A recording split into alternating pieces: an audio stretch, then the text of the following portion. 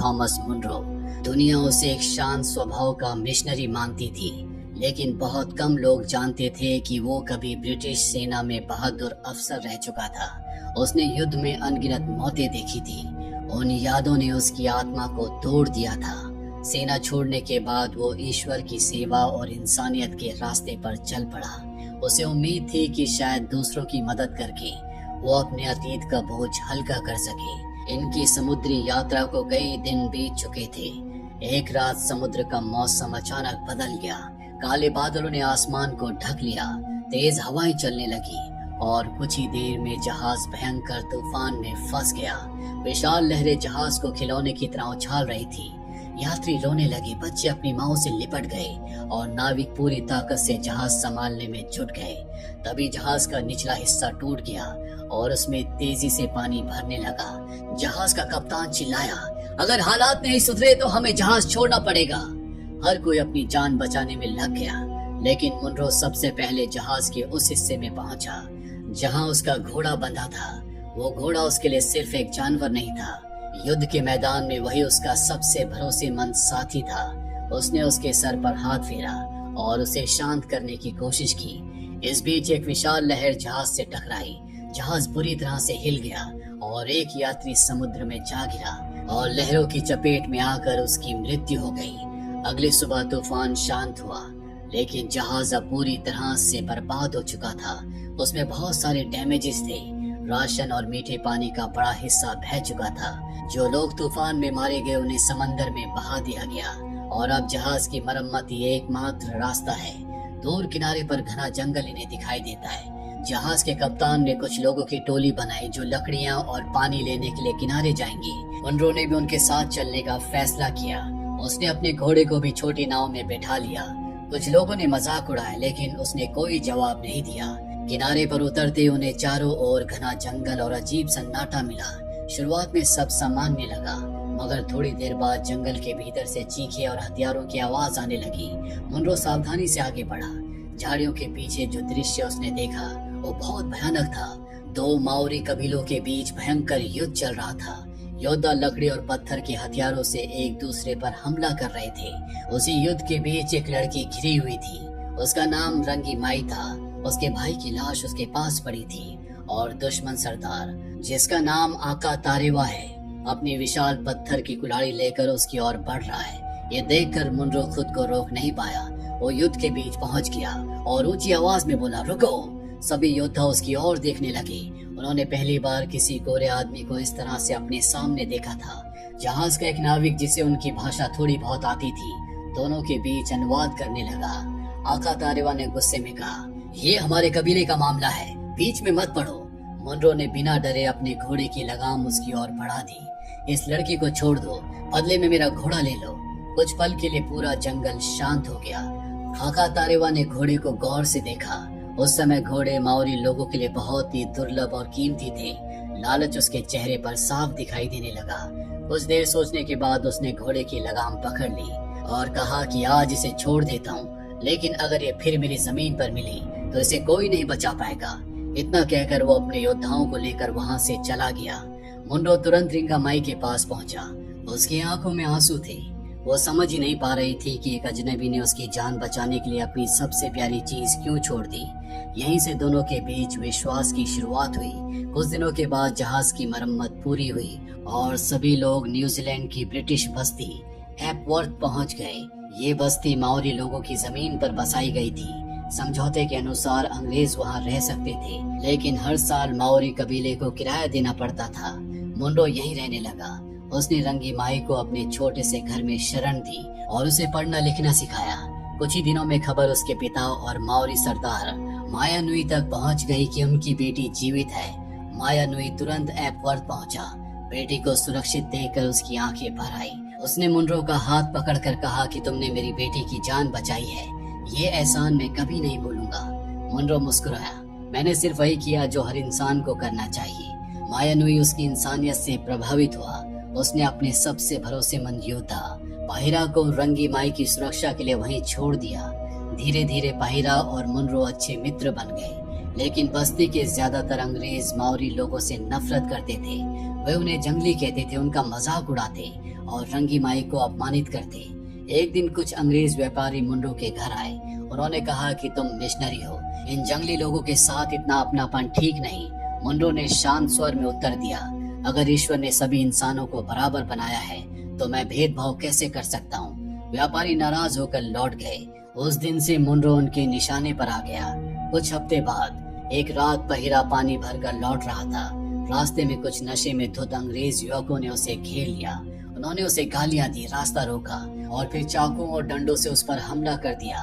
पहिरा ने बहादुरी से मुकाबला किया, लेकिन अकेला होने के कारण वो बुरी तरह से घायल होकर वहीं पर गिर पड़ा। सुबह उसकी लाश बस्ती के बाहर मिली।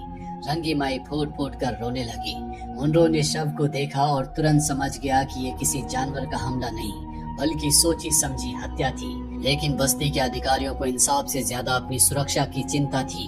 उन्होंने फैसला किया कि माया नुई को झूठ बोल दिया जाए कि पहिरा को दुश्मन कबीले ने मारा है। जब माया नुई एपवर्थ पहुंचा तो उसने सीधा मुनरो की आंखों में देखकर पूछा, मुझे सच बताओ, मेरे आदमी को किसने मारा? पूरा मैदान शांत हो गया। मुनरो जानता था कि उसका एक जवाब युद्ध भी करवा सकता है और शांति भी करवा सकता है।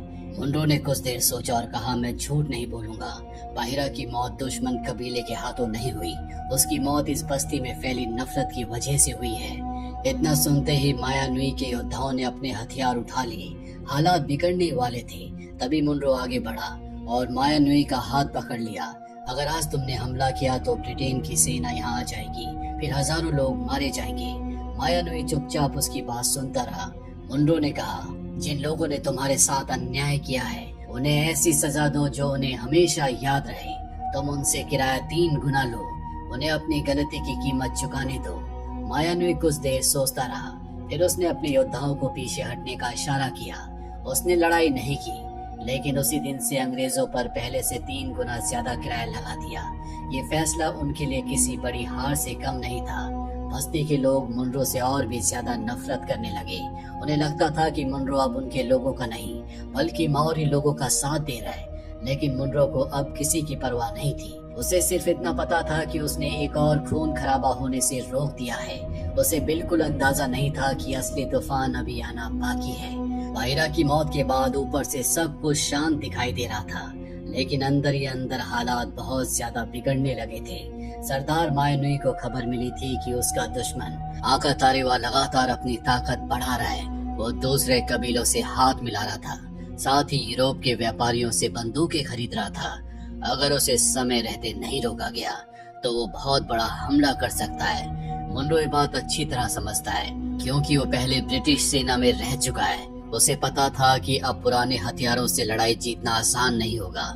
इसी वजह से उसने माया नुई से कहा, अगर अपने लोगों की रक्षा करनी है तो उन्हें लड़ाई के नए तरीके सीखने होंगे। इसके बाद उसने कबीले के जवानों को इकट्ठा करना शुरू किया। हर सुबह जंगल के खुले मैदान में अभ्यास होता। मुनरो उन्हें बंदूकें पकड़ना, जल्दी बारूद भरना, सही निशाना लगाना और लड़ाई के समय शांत रहना सिखाता। शुरुआत में कई लोग उससे डरते थे, लेकिन धीरे धीरे सबको उसकी बातों पर भरोसा होने लगा।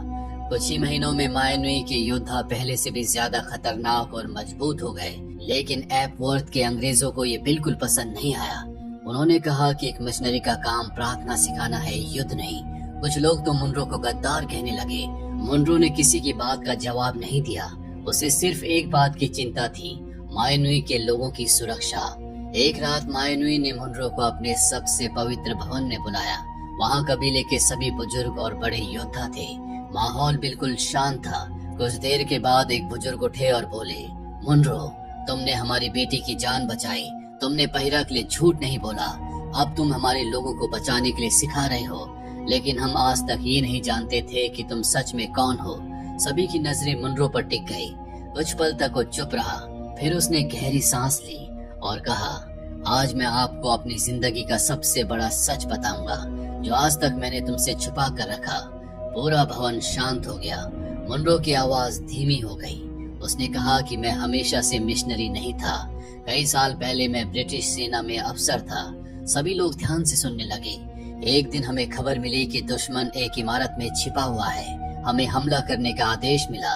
मैंने बिना सच्चाई जाने हमला कर दिया, पर जब धुआं हटा तब मुझे पता चला कि वहाँ सैनिक नहीं थे, वहाँ औरतें और छोटे बच्चे थे। मेरी एक गलती की वजह से सब मारे गए। ये कहते कहते उसकी आंखें भर आई। कमरे में बैठे हर इंसान के चेहरे पर सन्नाटा छा गया। मुनरो की आवाज कांप रही थी। उसने कहा कि उस दिन से मैं खुद को कभी माफ नहीं कर पाया। मैंने सीना छोड़ दी। मैं शांति ढूंढता हुआ यहाँ तक आ गया। मुझे लगा था कि लोगों की सेवा करके शायद मेरे पाप कुछ कम हो जाए। कुछ देर तक कोई कुछ नहीं बोला। फिर मायनुई अपनी जगह से उठा और मुनरो के सामने आया। उसने अपना माथा मुनरो के माथे से लगाया। ये माओरी लोगों का सम्मान देने का तरीका था। फिर उसने कहा, जिस इंसान में अपनी गलती मानने की हिम्मत हो वो इंसान बुरा नहीं हो सकता। उस दिन मुनरो को पहली बार लगा कि उसके दिल का बोझ थोड़ा सा हल्का हुआ है, लेकिन उसकी ये शांति ज्यादा देर तक टिक नहीं सकी। कुछ दिनों बाद मुनरो ने फैसला किया कि वो आखिरी बार आका तारेवा से बात करेगा।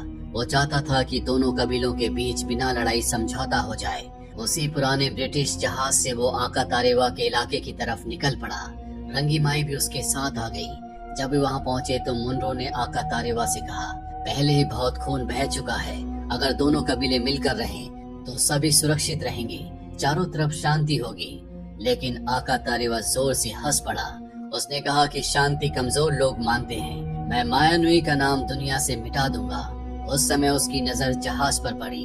उसे पता चल गया कि जहाज में बड़ी संख्या में बंदूकें, बारूद और तोपें हैं। उसकी आंखों में लालच आ गया। उसने तुरंत अपने योद्धाओं को इशारा किया। अचानक चारों तरफ से माओरी योद्धा निकल आए।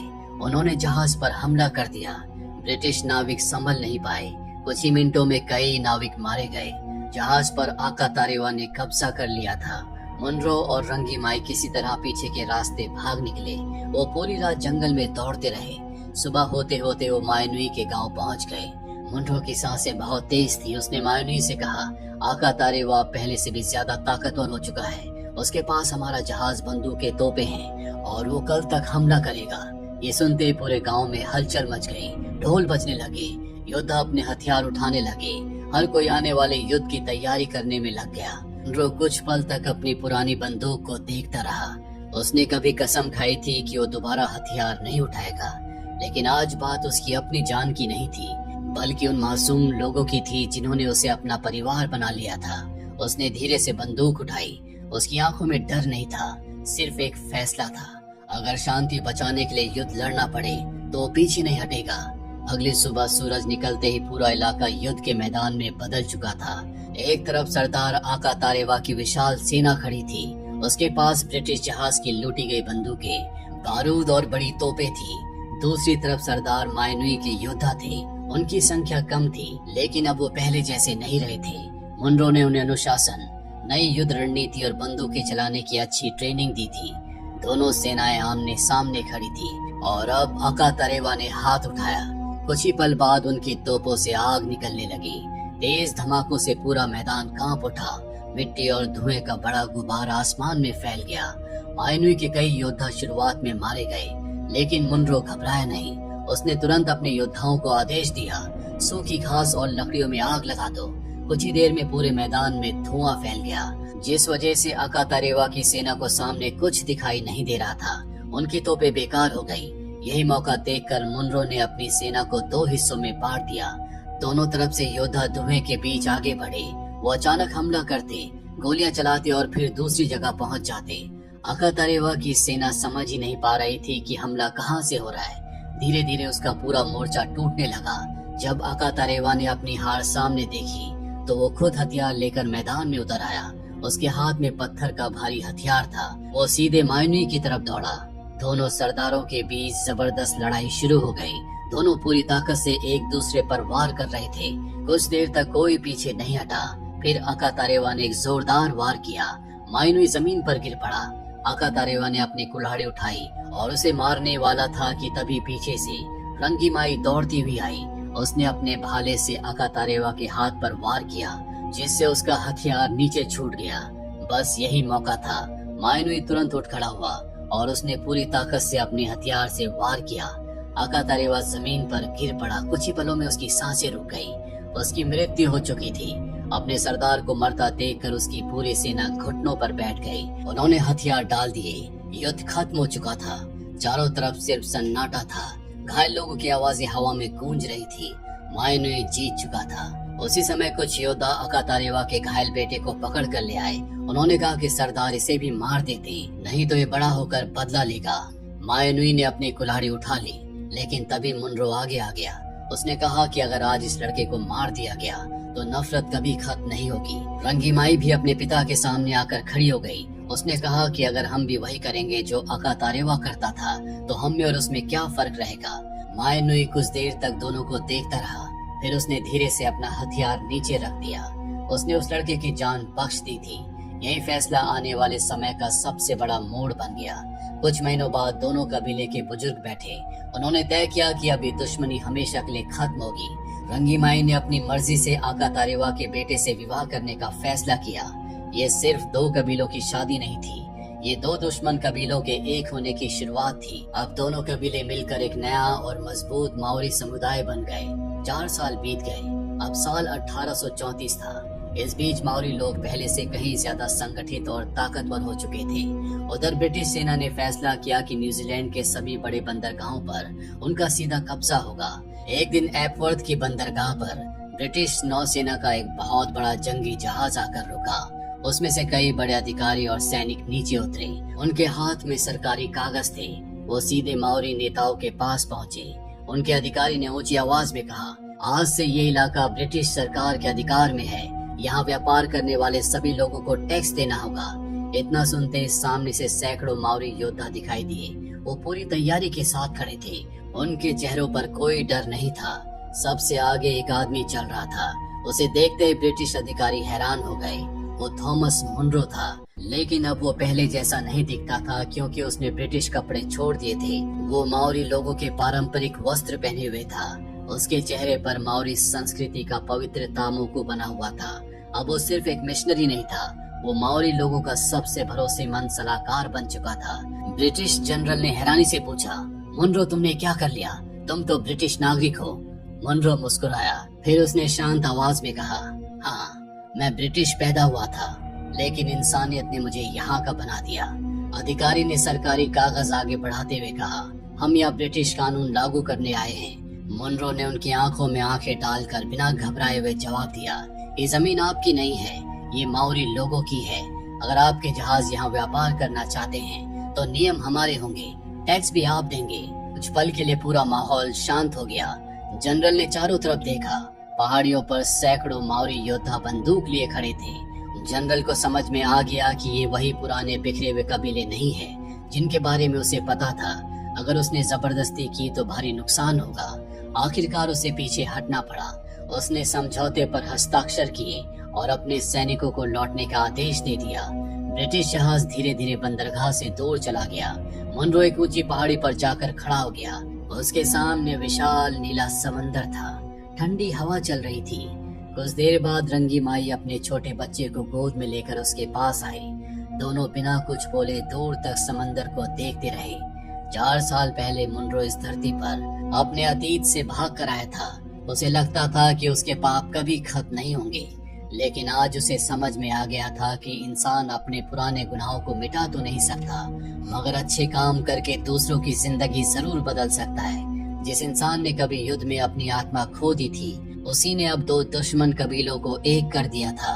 उसे अब शांति किसी इमारत या किताब में नहीं, बल्कि इंसानियत, भरोसे और अपने कर्मों में मिल चुकी थी। यही उसकी सबसे बड़ी जीत थी। तो ये थी पूरी कहानी इस फिल्म की। उम्मीद करते हैं कि ये कहानी आपको पसंद आई होगी।